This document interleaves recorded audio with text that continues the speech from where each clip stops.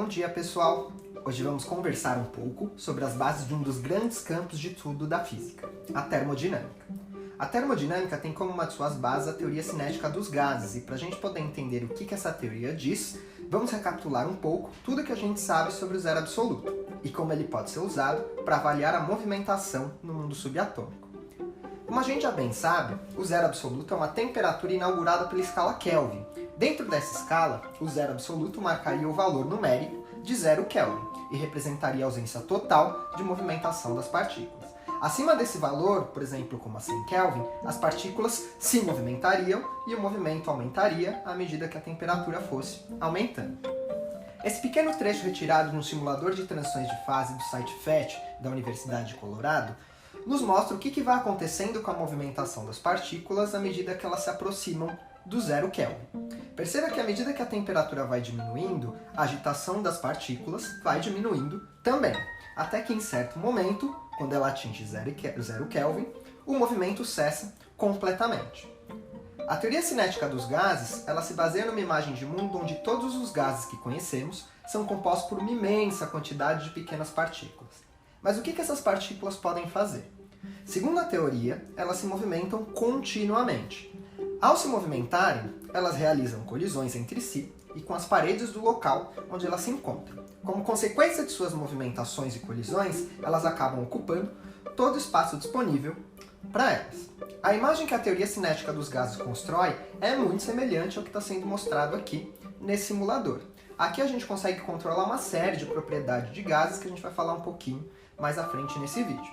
Nesse momento, é importante apenas prestar atenção para essa região inferior, onde a gente pode selecionar quantas partículas a gente gostaria de inserir dentro desse recipiente. Depois que a gente insere, elas passam a se movimentar, passam a realizar colisões, e à medida que isso vai acontecendo, elas vão ocupando todo o espaço disponível, até que atinjam um estado que a gente geralmente chama de equilíbrio termodinâmico. Mas se a gente não consegue ver essas partículas, se a gente não consegue ver elas se movimentando, e a gente não consegue ver elas colidindo, como é que essa teoria pode ser desenvolvida? Para isso ela cria algo que chamaremos de variáveis termodinâmicas. Mas o que são essas variáveis termodinâmicas e para que elas servem? São algumas propriedades macroscópicas e mensuráveis, isto é, coisas que a gente consegue ver e propriedades que a gente é capaz de medir. A partir dessas medidas, a gente consegue afirmar uma série de coisas sobre o comportamento dessas partículas que constituem os gases. A primeira variável termodinâmica é a temperatura. As medidas de temperatura nos indicam como as partículas se movimentam. Quanto maior for a temperatura, maior é a velocidade das partículas e vice-versa. Ela geralmente é representada pela letra T maiúsculo. A segunda variável termodinâmica é a pressão. As medidas de pressão nos indicam quanto as partículas estão colidindo entre si e com as paredes do local onde elas se encontram.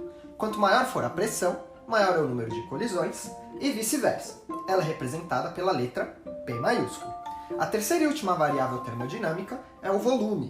As medidas de volume nos indicam quanto de espaço está sendo ocupado pelas partículas e quanto maior for o volume, mais espaço elas ocupam. Ela é representada pela letra V maiúsculo.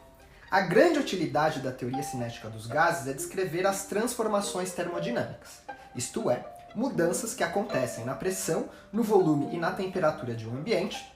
É exatamente por isso que ela é uma das principais teorias utilizadas nos estudos de mudanças climáticas. Então, só para dar um exemplo para vocês de transformações termodinâmicas, vamos falar um pouco sobre o que acontece com as variáveis pressão, volume e temperatura no pico do Everest. A gente sempre ouve falar que é um dos lugares mais nocivos à vida humana, né? Isso está muito relacionado com as condições climáticas desse local. Os dois gráficos que estou mostrando abaixo, eles registram no eixo Y a pressão medida em atmosfera e a temperatura medida em graus Celsius, em função do passar dos anos, né, dos meses do ano, que iniciam em janeiro e vão até o mês de dezembro. Eles podem ser utilizados para quem deseja planejar uma visita a estes lugares. As pressões têm valores que variam desde um mínimo de 0,3 atm até um máximo de 0,35 atm, apresentando cerca de 1/3 da pressão atmosférica. Já a temperatura mínima, ela oscila entre menos 17 graus Celsius e mais 8 graus Celsius, lembrando que a gente está falando do pico. Dentro da montanha existem regiões ainda mais frias. Ao longo do ano, tanto a pressão quanto a temperatura sobem até atingir um pico no mês de julho. Depois elas regridem até atingir um valor mínimo em meados de dezembro e janeiro, quando o ciclo se reinicia. Esse comportamento acompanha as estações do ano que, no hemisfério norte, inicia o ano no inverno e chega ao meio do ano no verão. Mas como é que a teoria cinética dos gases pode ser utilizada para explicar esse comportamento da temperatura? Agora vamos voltar novamente para o simulador e vamos provocar algumas transformações termodinâmicas. Se a gente observa atentamente nessa região à direita do recipiente, existe um barômetro que está indicando o valor da pressão em atmosferas. E um pouquinho acima, a gente tem um termômetro que está registrando a temperatura em Kelvin. Agora vamos supor que essas sejam as condições iniciais do Everest no início do ano, no inverno. Aqui na lateral a gente consegue ativar um contador de colisões e perceber que, nesse intervalo de tempo, acontecem por volta de 300 colisões. Por conta do verão, a temperatura do ambiente começa a aumentar.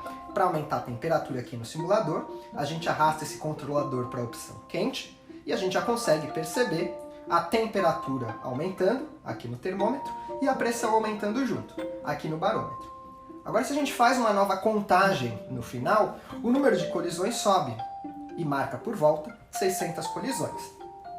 Em um pouco mais de detalhe, a teoria cinética diria que o aquecimento que o ar sofreu provocou um aumento na movimentação das partículas. E esse aumento foi evidenciado pelo aumento nas medidas de temperatura. O aumento na movimentação das partículas tem uma consequência muito drástica, que é exatamente o aumento do número de colisões, que também é evidenciado por um aumento no número das medidas de pressão. A gente consegue usar o mesmo raciocínio, só que inverso, para explicar o que aconteceria de julho a dezembro, ou seja, da diminuição de temperatura. Então é isso, pessoal. Espero que vocês tenham entendido e até a próxima semana.